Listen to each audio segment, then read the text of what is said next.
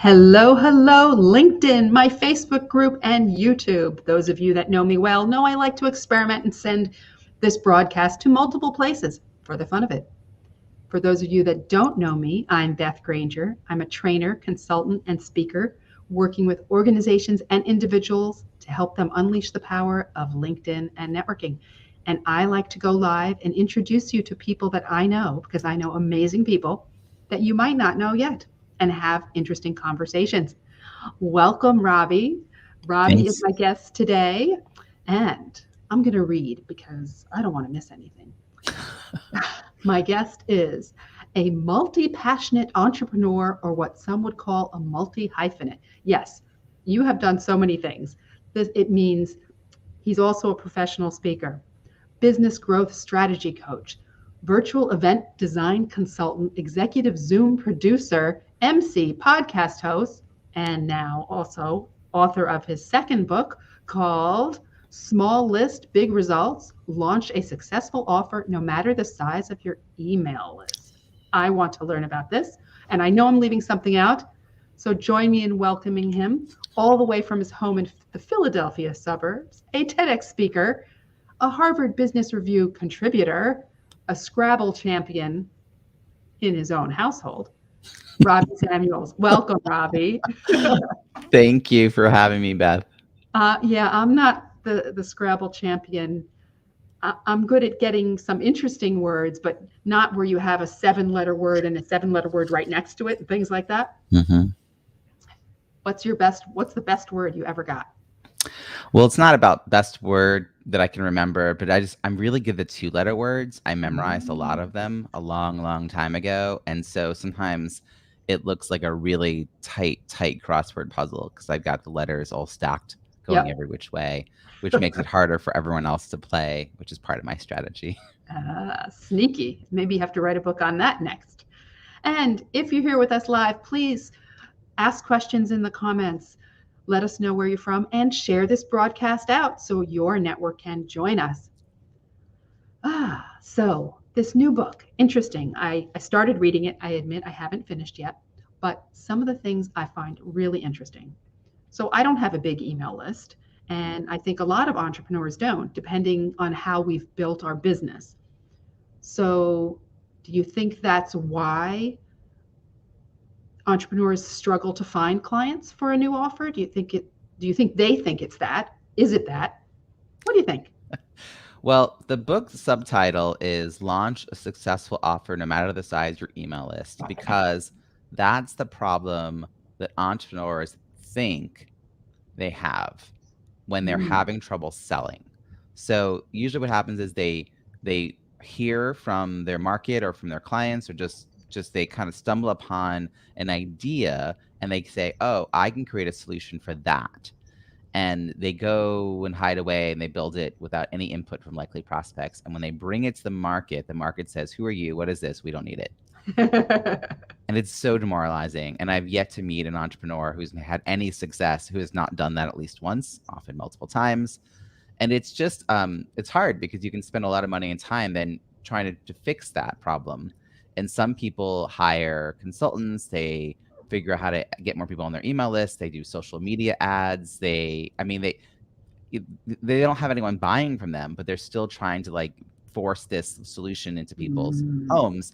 So I think the solution is actually to reach out and talk to your likely prospects, because the problem is you haven't involved them and you don't really know how they're thinking of the problem. And so the solution you've provided is a mismatch in some way. And I think we overlook and you know this, like we have this amazing resource that's very untapped, which is our network. And most people don't sort of lean into their existing network And the real problem is that they're building in a silo. They're building, kind of in a vacuum, and that's why they're having trouble selling. And is it also that they don't know if it's even something people want? They have In no other idea. words, They also right. can't test it.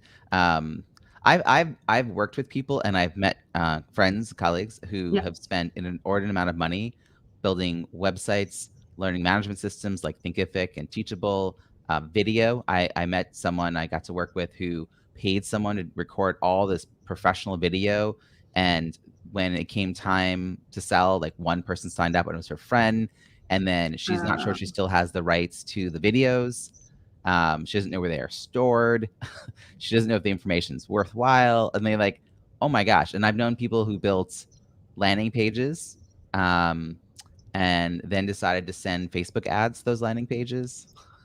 No one had been buying from those landing pages. Like, if the landing page isn't highly converting, why are we spending money sending people to it? uh, So I don't know why, but it's a very common mistake. No one should feel ashamed or embarrassed for having fallen into this.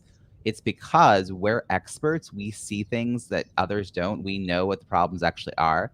Much like I'm talking about the problem now, I know what the problem actually is. But the people we are trying to help are not fellow experts, and the way they view the problem is very, very different. and is that in the book what you described as beware the expert syndrome? Yes, yes, expert syndromes. When you think you don't need to ask. You're like, I know everything.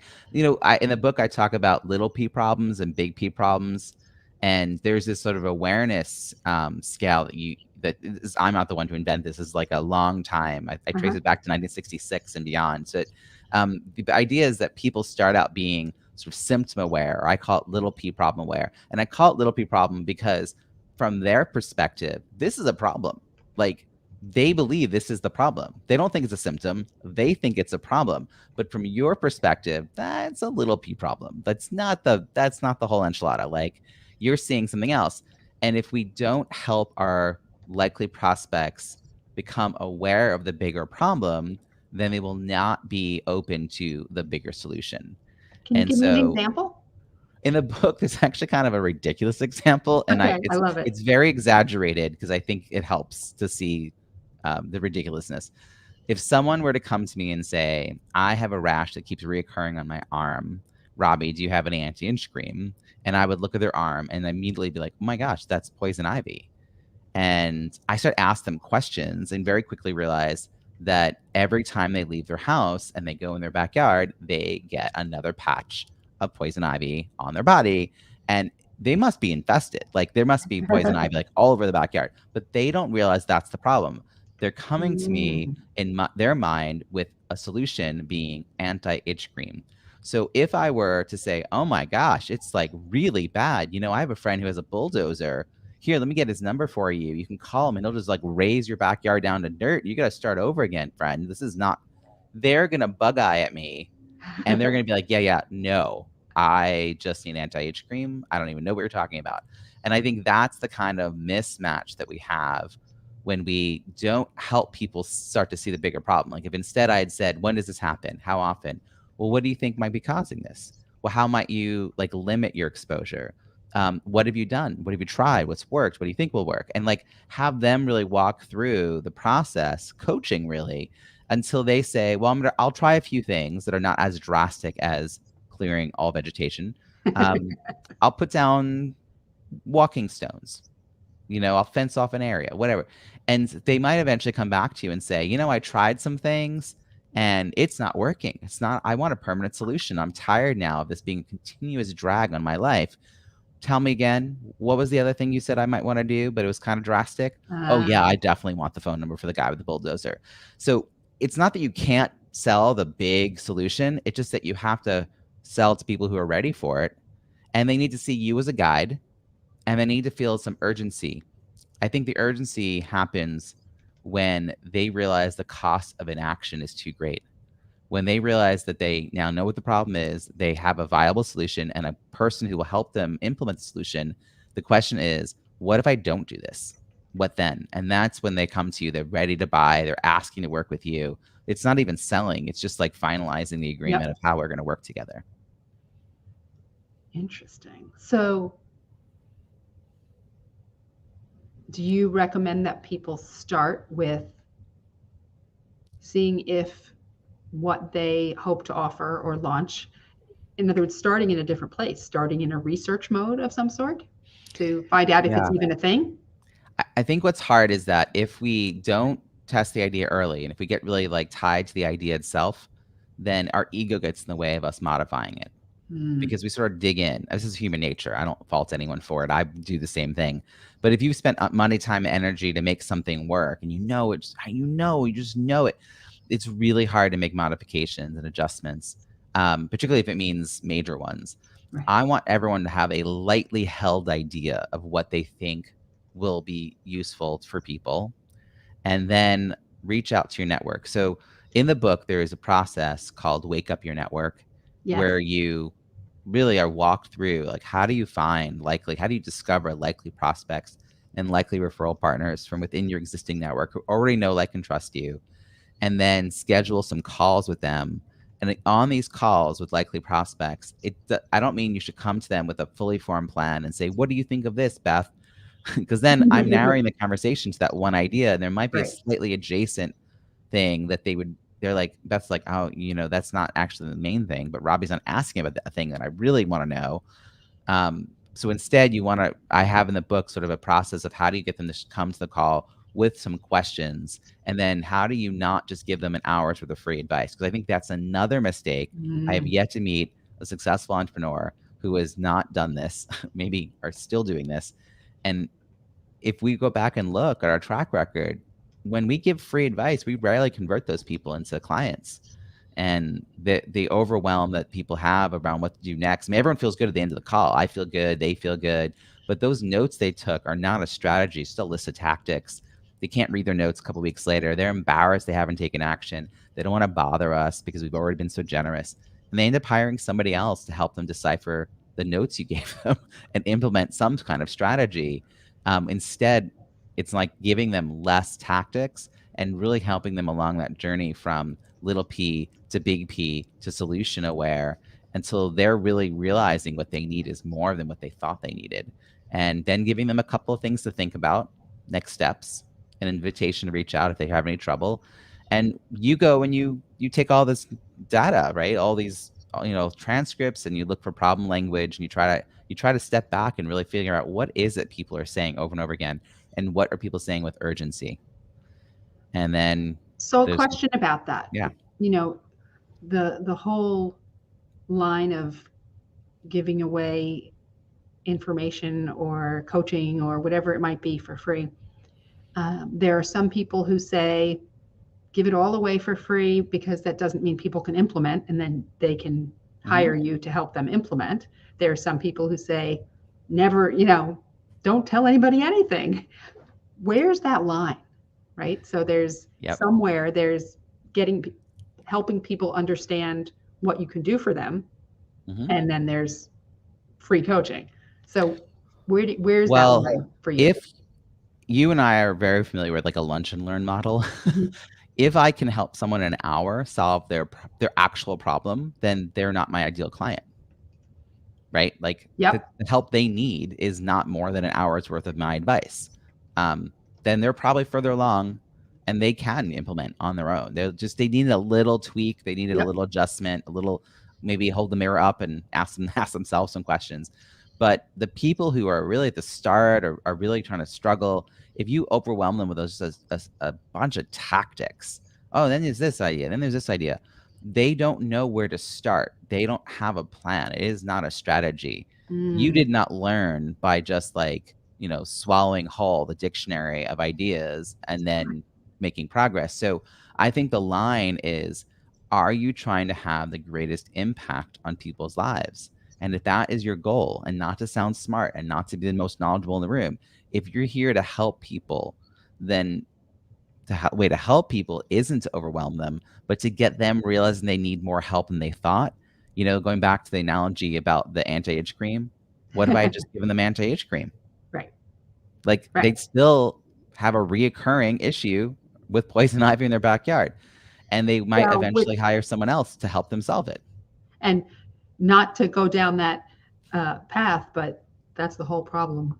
in my opinion, with the medical system, right? They give you the cream. They don't ever ask those questions. But anyway, separate topic.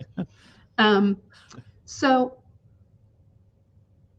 how do you, so you've had these conversations with people in your network, and you think you know what you're going to do. How do you build an audience before you create the offer? So yes, these conversations are a starter, but then what comes next? Well, let's talk briefly just about how to do this for something other than a paid offer. Let's just talk about a book, right? Good example. Right. Robbie has a book, a new book. I'll tell you about it more later. So when I first started writing this book was actually back in 2018. Now, a lot of people write books in secret. And then one day the book gets published and there's no fanfare. No one knows it's coming. And they get I would say less than 20 reviews easily, like probably less than 10. Like they don't make an effort. And when I was doing this in 2018, I held a series of free masterclasses inviting my likely readers to engage with me around the content. I was creating some new concepts. I asked them to test it. I was asking them for feedback. I wanted to know where the holes were, what stories resonated, the flow, everything. So the content of the book I knew was pretty solid. And now I put it aside because I felt like there were some pieces missing. It wasn't the right timing for me. I come back to it in 2021, a lot more knowledgeable, having worked with dozens of entrepreneurs in the interim. And I know I've got this great book, and I go to put together a title, and I put the title out to my network. I thought it was a decent title.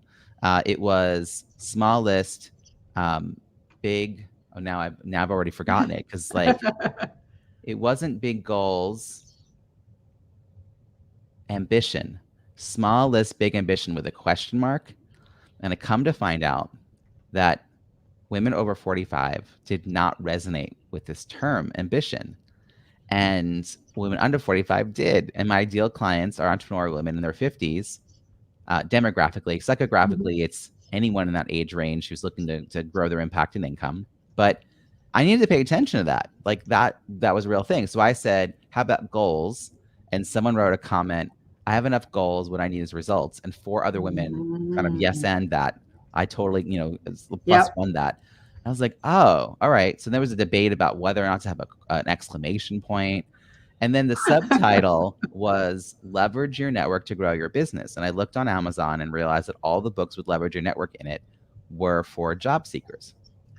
And I had to think about this. So it's a little tricky, right? Yeah. I know the solution is networking, but my adult reader thinks the problem is they have a small list, right? Yeah. Okay, so I had to change it. Launch a successful offer, no matter the size. Your email list became the subtitle because that's the problem the people I'm trying to attract think they have. So if I led with the solution, yes, right? That's the problem they think they have, small p. If I put the solution, now the cover design, similarly, I had a few design options. I remember you sharing that into a group we're in. Yep. I was sort of intuitively drawn to this blue background, love the color. It had a sort of network symbol. Picture lots of little bubbles of women with little lines between them. And I was like, yeah, because of course I know the solution is networking. My ideal readers liked the white background, and they liked the symbol, what I could describe my book cover as a sort of a Wi-Fi symbol. Yep. They liked that. It was a Rorschach test, what they thought that was. It's about communication. It's about building your audience. It was growing. It was so amazing how, the passionate responses to that cover, color, and design. Now, there were a few people who liked the blue, and most of them were men. And here, I am not my ideal reader, right? And I think a lot of times entrepreneurs, they're not their ideal person. Maybe they were once upon a time, but by the time you're selling something to other people, you're no longer in the place that newbies are. So you're not your ideal customer, your ideal client, your ideal avatar. So you have to really listen on these calls because they'll tell you. And there's an example in the book that you could be building a program for women who are fatigued, and then you hold 20 research calls and not a single one of these women uses the word fatigued, but lots of them use the word exhausted. You should change your messaging. Yeah. because that's the word that they're using. And when they see your material, that's the word they will identify with. So sometimes the changes can be kind of subtle. Ambition, goals, results, like results ended up being the right word. Um, and sometimes it's bigger than that. It's like, wow, people are way more fundamental in what they need than I thought. Like I thought they were level 2, they're level 1. And I was ready to sell them level 4 because Right. I'm excited about level 4. Now you got to decide, maybe that's not your ideal audience then. Maybe you need to change. Maybe you don't want to keep doing that.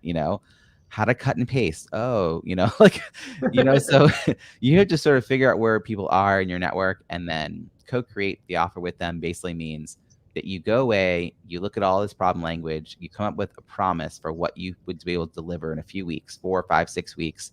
It's the outcome. It's not the outlier outcome. It's not what only a few people will achieve, but it's what most people should achieve by doing the work. By the end of these 4, 5, or 6 sessions, they will be able to, they will believe, they will think, they will feel, they will know, and go back to a handful of the people you spoke to and say, here's what I'm thinking about. Can I test this with you? Here's the outcome that people will achieve. What do you think of this promise? And they'll either say, you're in my head, you're reading my journals, or nope, that's not what I want. And then you'll tell them the sort of general outline of the program. And when they tell you they like it, you say, hey, the reason I thought of you is because the Guess thing you were what? saying was really, in my head as I was writing this and creating it. And I think you'd be great for this pilot. I know you'd continue to give me great feedback. I think it'll be really great value. You just basically confirmed that.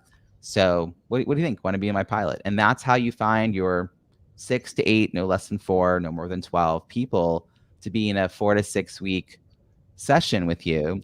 Now, I want to say something here because I think that a lot of people then go and build a website and brand themselves and get trademarks. It's a little too much too quick. I've done all these things. Um, you need 4 Learn things. from Robbie's mistakes. You need 4 things to how to pilot. And I learned this from Danny Inney from Miracy, which is the company I work with for about a year and a half, coaching their entrepreneurs.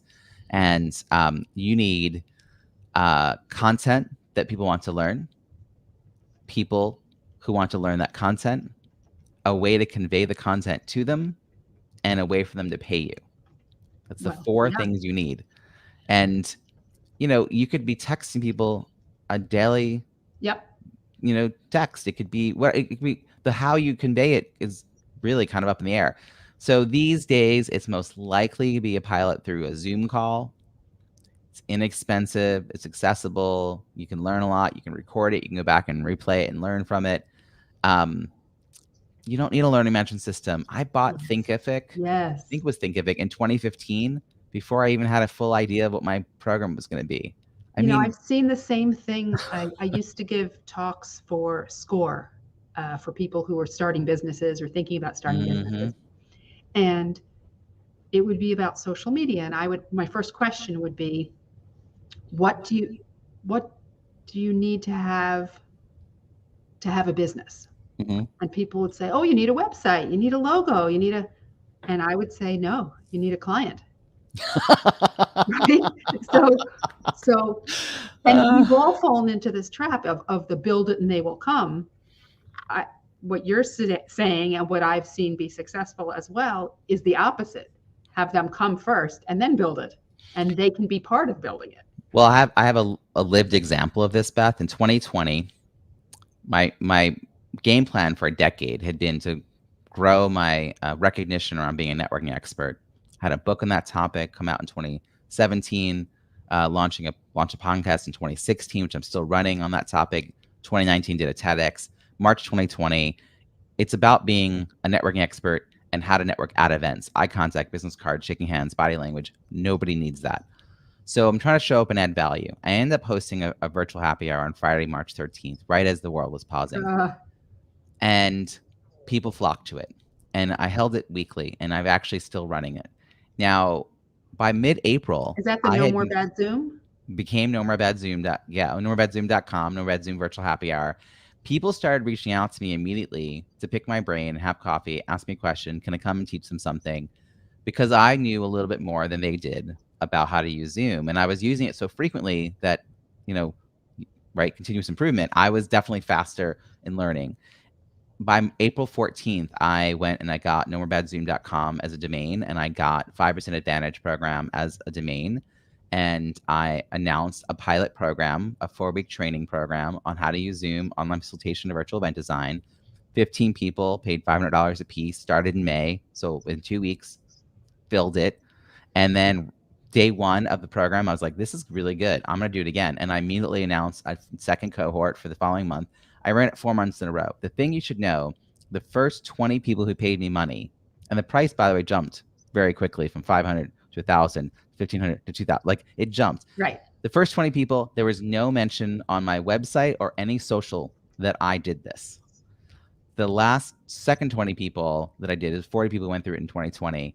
I had a rudimentary, kind of crappy mention of it on my homepage. I made a stationary homepage, static homepage. I don't know anything about web design, so it was not very pretty. But the people who were buying from me were not going to vet the content on my website or see what I mentioned on my LinkedIn. Like, they knew me. They believed I could help them. That's why they were coming to me. Now, that's how I got my first event clients, all referrals. So all through 2020, and I grew my business from 0 in March. Like, my expected income was 0, and I was making 6 figures 8 months later. So it worked.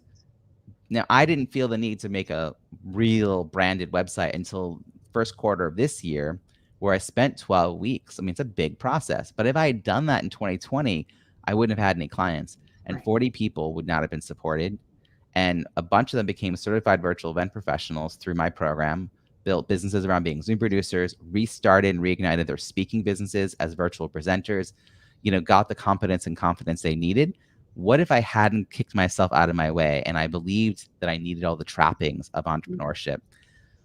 I wouldn't have that impact. That stuff is a way to, because of fear of selling or fear of putting it out there. Yeah. Right? It's, oh, I have to do all these things first. It's kind of like, I have to clean my house before I whatever, something else that, to change topics just a little bit or move further down in the book, perhaps, that I thought was interesting is, you talked about different ways to get support from your network.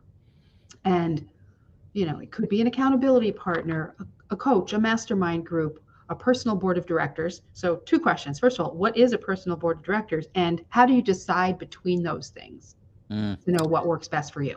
So I first really started learning about and getting an idea of this concept of personal board of directors from Dory Clark's book, Stand Out. Actually, no, it might have been in her first book, but it might be in Stand Out. So the idea is that there are people in your world who are further along than you, although possibly they weren't always. They might have been someone that you were supervising, 15 years ago, but now they're doing great in your field. That that you can chat with throughout the year, now and again. It doesn't have to be very formal. It's more about you identifying who are the people that you admire, you look up to, you trust. You trust them to guide you and not take advantage of you or lead you astray or sell you into something. And they often have strengths that you don't have, the perspectives that you don't have. And you have a relationship, and it might be a burgeoning one, like it's just beginning, or it might be someone you've known for a really long time, and you just hadn't thought to make this a routine. Whether you tell them that they're on your personal board of directors or not is not actually important. It sidesteps the word mentor. Asking someone to be your mentor feels like a bigger ask, maybe even a burden. It seems like a bigger deal. But hey, what's interesting about that? Yeah. Yesterday was National Mentor Day. I know. And I wrote an article about some of my mentors, and not one of them was there ever a conversation about it. It just organically happened. Yeah. So, sorry, I didn't mean to interrupt you. No, and it's more about how you think of them, right? Yeah. And it's that you continue to reach out to them. I think that we often, as entrepreneurs, and particularly, feel very alone. We're trying to find our way. We can't see around the corner.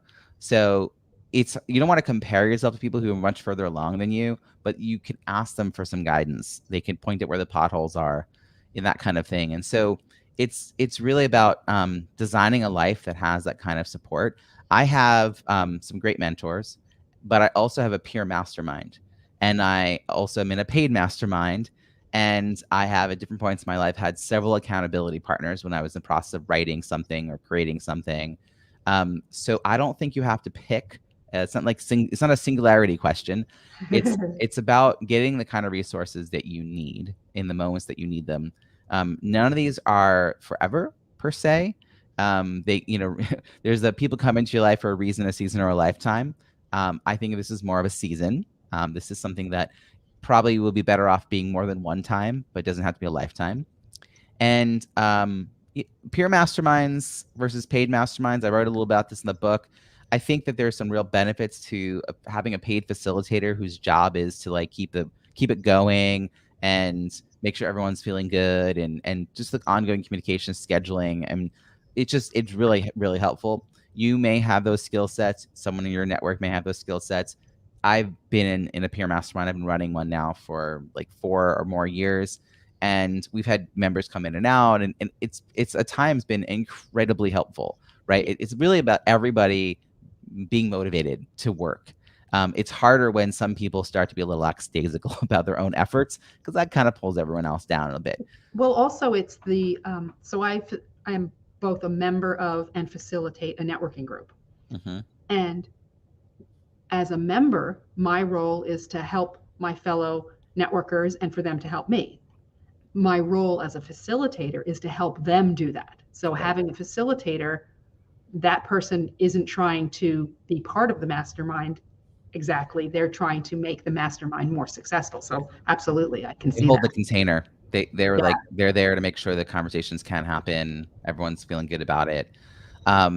So we have Yeah. been, I can't believe it. We've been talking, we could go on and on for days, but a couple things. Okay. So first of all, people, if you're watching live, if you're watching on replay, I have a special gift from Robbie to you. Yes. I'm going to put that up on the screen. There. Oh, nope, wrong one. That was an old thing. Here it is. That's what happens when you're live. This is a special gift. Tell us what is there if people go there. So I mentioned earlier the idea of wake up your network. It's an exercise in the book. The book is actually a very quick read, but someone said it's a quick read that you will be referring back to for a decade. It's Ooh, that I kind like of book. that. I know, it's a great quote. Yeah. So the idea is that there are a series of these sort of challenges to take action on in the book. And at that link is the invitation to get the book through Amazon. But before you even get the book, you're invited to download the Big Results Toolkit. And the Big Results Toolkit has a bunch of resources like the Wake Up Your Network workbook and the Analyze the Problem Language workbook, as well as several worksheets that will help you implement the strategies in the book. I mean, there's an hour-long replay of me discussing the concepts around how to discover your ideal clients. So I'm actually probably going to keep adding new stuff into it as I develop things. Thank you. So it's all there, and the book Yeah. right now is 99 cents through November 6th, with the caveat of Saturday it'll be $9.99 and Sunday and Monday it'll be free. But go grab it. Go get it. I love it. And I think we have time for one more question. Sure. So somebody who I'm not sure if he's watching with us live, but sent me a question when I shared out there in the world that so a Facebook user says page not found. All right, we'll figure that out, and I will put it on the text that goes with this, the replay Great. from this. Yeah. This was someone's question. So this is interesting. So this is someone who, it's a small p thing, right? So they asked, what about email sequences? I always find I need to understand how to use these better. So right. I will respond to that person, but clearly from the conversations we've already had, it's not about the email. Right. And isn't it funny that was, they saw the title, they saw like, and they're like, oh, is he going to tell us about lead magnets and freebies and landing pages and email sequences? And, listen, I wanted to say for the record, Beth, I'm not against building your email list. One of my my people that I really learned a lot from was Pat Flynn of Smart Passive Income.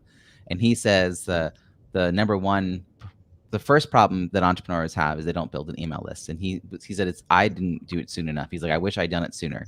And the second problem is they don't then use that email list. And I do think that we should be, creatively building a list, but it should be an engaged list. If you don't want people to unsubscribe, don't email them. Right.